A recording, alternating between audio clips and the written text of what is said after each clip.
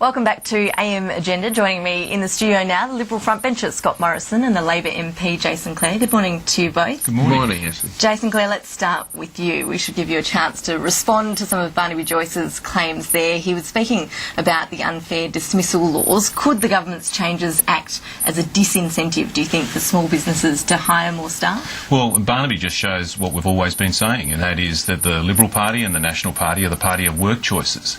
It reminds me a little bit of that movie Weekend at Bernie's. You know, they were pretending that Bernie was still alive. They've been pretending for the last 12 months that work choices is dead. What this is all about is fairness and flexibility, and we think that we've got the balance right. Remember, under the Liberal Party, no one was protected from unfair dismissal. Let's focus on your policy. Could this policy lead to job losses, or as it acts as a disincentive for small business? Well, what it's actually going to do is protect jobs. You know, I don't think that you need unfair laws. How many jobs is it going to protect? Look, no one's job was safe under work choices. And what you're suggesting, Scott, what you're suggesting here is that somehow you need unfair laws to protect jobs, that you need unfair laws that cut people's wages or rip out their redundancies to protect jobs. Is that what the Liberal Party is really saying? That you need work choices to protect jobs? My argument is that in a situation like we've got now, a global recession, it's the worst time to have work choices, because people that have had their redundancy ripped off them not only wouldn't have a job, wouldn't even have a redundancy. The Senator, we'll get to you in a minute, sorry Scott. The Senator pointed out that the ABS says small business has 20 staff or less. The International Labour Organisation says it has 50 staff or less. Labor's defining it as 15 staff or less. Is this something that there is room for negotiation on? Well, we think we've got the balance right, and let's remember, this is what we put in our policy to the last election. So there is no room Employers will have 12 months to decide whether the worker is right for them if there's less than 15 employees in the business. If there's more, they've got 6 months to decide. So there's plenty of flexibility for the employer, and there's fairness for the worker, because we believe that all workers should have access to unfair dismissal provisions. So it's take it or leave it.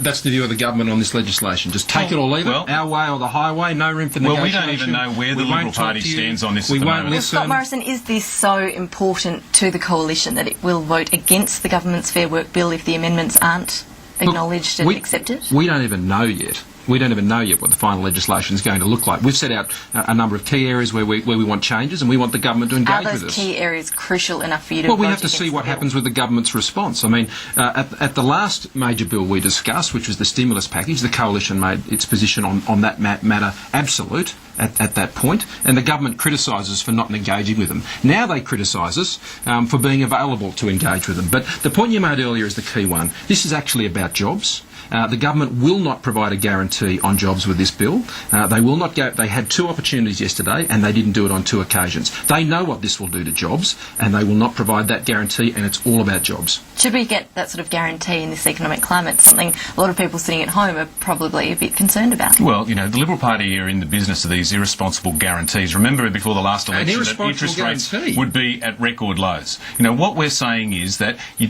don't have to have unfair laws just because you think they're going to protect jobs. You don't need unfair laws to protect jobs. Why won't Labor engage with the coalition about our changes, whether it's the definition of small business, or it's with the transition laws, or whether it's the compulsory arbitration, or whether it's the union right of entry? Labor's saying, we don't want to talk to you about this. We don't want to listen about this. With so many jobs at stake, has flagged that she's looking at perhaps tightening the rules on union access. That is something that does seem like it could be negotiated because of something that the senators, independent key senators, have raised. We'll look at all of the amendments that come before us, but remember, this is all about getting rid of work choices. We're still waiting for the Liberal Party want to keep work choices. It's in their blood. You know, yesterday's meeting in the party room where Peter Costello stood up, it wasn't a debate about work choices, it was a wake. This is like burying a member of their family, and they just don't want to do it. No, not at all. We are putting constructive proposals on the table. The government should engage with us. There are far too many jobs at stake for this government not to listen, and they're not listening on this or on ETS or on anything else. I'm starting to feel sorry for Malcolm Turnbull here, because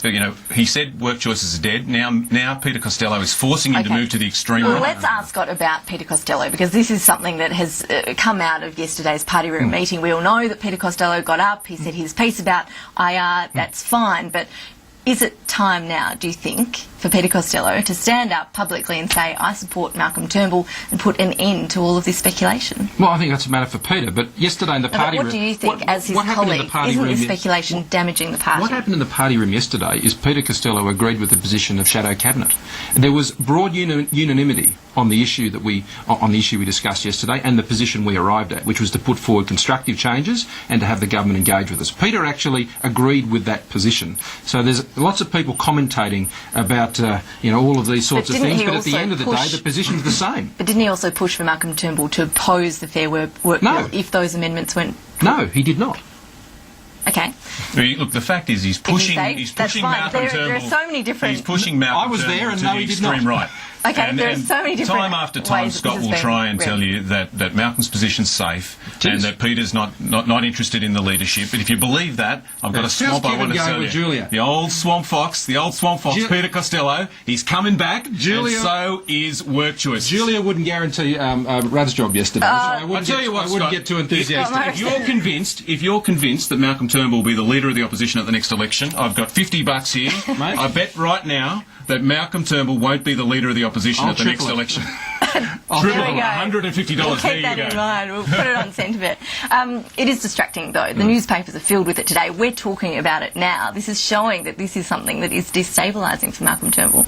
Well, I think the commentary that is out there from people, I think, causes problems. It doesn't just come out of thin air, though. No, look, I think in a lot of cases these things do. I mean, Peter made this point on Q&A last week when he talked about the Prime Minister being a dentist and thinking lots of funky thoughts around these things. Well, it seems like lots of people are thinking funky thoughts. If that's the case. Maybe funky is in, but in terms of commentary. But the facts of the matter is that our position yesterday was broad-based. There was unanimity on our position, and Peter supported that position. At the end of the day, when it comes down to practically what you do, there's not a cigarette's paper difference. Look, there are conservatives in the Liberal Party that want to keep work choices, and then there are the pretenders who want to pretend. This is the line Labor wants to run on ETS. So I really need to get on to another issue. Yesterday we did see the government overturn the ban on foreign aid to fund abortions overseas. Jason Clare, did it surprise you that Kevin Rudd let this happen when it's so obviously against his personal position? Well, I think it demonstrates a mature approach that the Labor Party's taken. We had a debate about it, we had a committee that had a look at it, and it is a sensitive issue. It's a matter of conscience. I suspect Scott and I might have different opinions on this, but it's important to respect people's opinions.